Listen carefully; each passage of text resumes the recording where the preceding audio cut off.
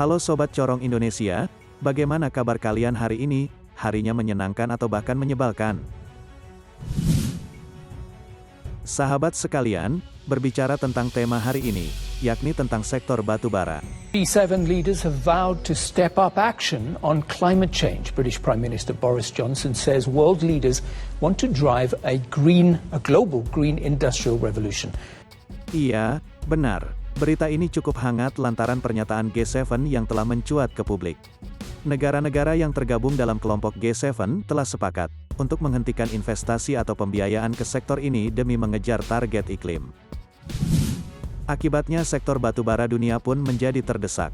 Bagaimana tak terdesak, jika 7 negara dengan ekonomi terbesar di dunia yang bertindak, menghentikan pendanaan internasional untuk proyek-proyek energi fosil, yakni minyak dan gas bumi, serta batubara pada akhir tahun ini demi mengejar target pencegahan perubahan iklim. Sobat sekalian, sebelum kita bahas lebih lanjut, sepertinya kita harus berkenalan dulu dengan organisasi G7 ya. Oke, jadi G7 atau Group of Seven merupakan sebuah organisasi yang beranggotakan 7 negara dengan produk domestik bruto terbesar di dunia, yang juga kerap disebut negara dengan ekonomi maju, seperti Kanada, Prancis, Jerman, Italia, Jepang, Inggris, dan Amerika Serikat. Nah, bukan tanpa alasan mereka menekan batu bara di seluruh dunia, karena keputusan mereka sangat berdasar. Alasan utamanya, yakni batu bara dianggap sangat merusak saat dibakar untuk menghasilkan listrik atau panas, tanpa menggunakan teknologi untuk menangkap emisi yang dihasilkan. Selain itu, penurunan harga batu bara termal acuan global ini juga dibarengi dengan sentimen negatif dari mereka sendiri.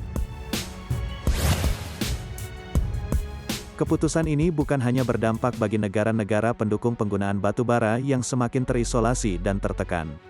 Melainkan keputusan G7 tersebut juga menjadi pukulan untuk 2 negara anggotanya, yakni Amerika Serikat dan Jepang, yang hingga kini masih mengandalkan bahan bakar fosil, terutama batu bara, sebagai sumber energi pembangkit listriknya. Sahabat sekalian, dengan keluarnya pernyataan dari G7, kemungkinan besar masa depan sektor migas dan batu bara menjadi suram.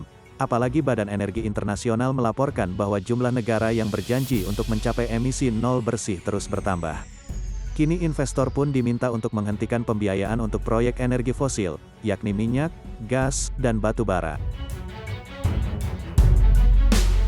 Sebagai gantinya, mereka harus meningkatkan fokusnya pada pengembangan energi baru terbarukan. Untuk apa sih? Ya demi tercapainya target iklim emisi nol bersih pada 2050. Dunia harus segera menyetop pembiayaan atau investasi untuk proyek energi fosil, migas dan batu bara. Walaupun masih ada sekitar 22 miliar ton emisi karbon dioksida yang beredar di seluruh dunia. Banyak negara lain yang tertekan akibat persoalan ini, termasuk negara Paman Jinping juga merasakan hal yang sama. Di saat ekonomi Tiongkok melonjak naik, apalagi China juga sedang giat-giatnya membangun kemampuan industri pertahanan yang cukup menggetarkan. Namun, mereka harus kembali down dengan pernyataan G7. Bagaimana tidak, kita tahu persis bahwa China masih menggunakan batu bara sebagai sumber energi. Otomatis jika harga batu bara ditekan, mereka akan susah untuk memasok batu bara. Apalagi negara dengan penduduk lebih dari 1,5 miliar jiwa itu juga merupakan pasar yang menggiurkan bagi ekspor negara G7.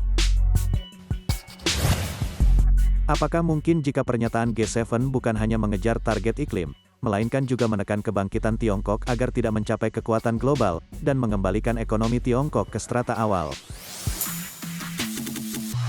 Seperti halnya dengan negara Burma yang beberapa waktu silam mengalami kebangkitan di sektor ekonomi dan militernya. Namun negara itu harus kembali dihantam dengan pergolakan masalah kudeta militer, yang mengharuskan negara tersebut menata ulang pemerintahannya seperti sedia kala. Sudah sangat jelas jika ini semua ada campur tangan dari negara-negara adik kuasa tersebut. Nah, apakah mungkin jika G7 juga melakukan hal yang sama pada China, dengan menekan pasokan batu bara yang menjadi sumber daya utama negara tersebut? Bukan hanya itu saja, negara-negara G7 juga sepakat untuk membuat proyek tandingan BRI China yang bernama Build Back Better World. Tujuannya mirip-mirip dengan Belt Road Initiative atau BRI dari China, kita ketahui ya.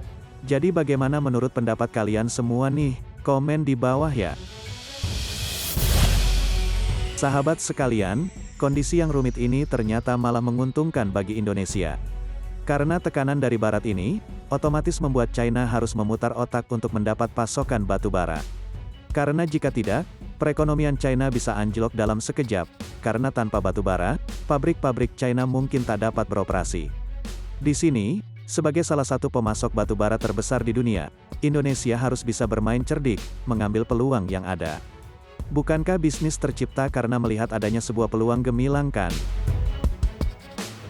Seperti yang admin katakan tadi, jika kondisi ini tentu akan membuat China harus kembali ke Indonesia untuk mendapat pasokan batu bara yang cukup. Selain itu, sudah pasti bukan hanya China yang merasakan imbasnya, karena masih banyak negara-negara yang menjadikan batu bara sebagai sumber energi utama mereka.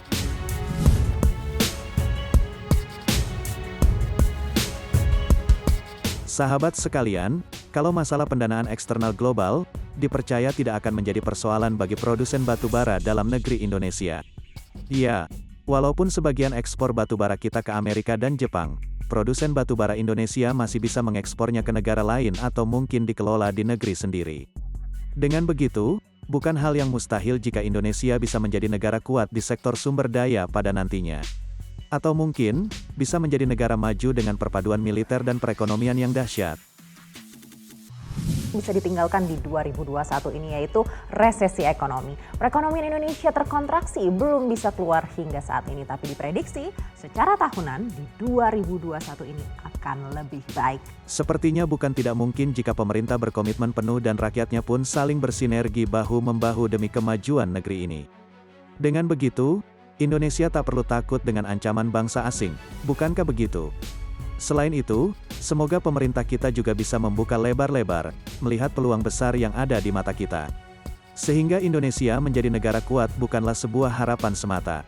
Jadi menurut kalian gimana nih? Apakah kalian sudah siap untuk menyambut Indonesia maju dengan perekonomian dan militer yang mumpuni? Tulis pendapat kalian di kolom komentar ya. Terima kasih, maju terus Indonesiaku. Marilah kita bersama menyelesaikan tugas-tugas kebangsaan, memajukan bangsa Indonesia, bersama membangun Indonesia maju. Optimis Indonesia maju! Optimis Indonesia maju!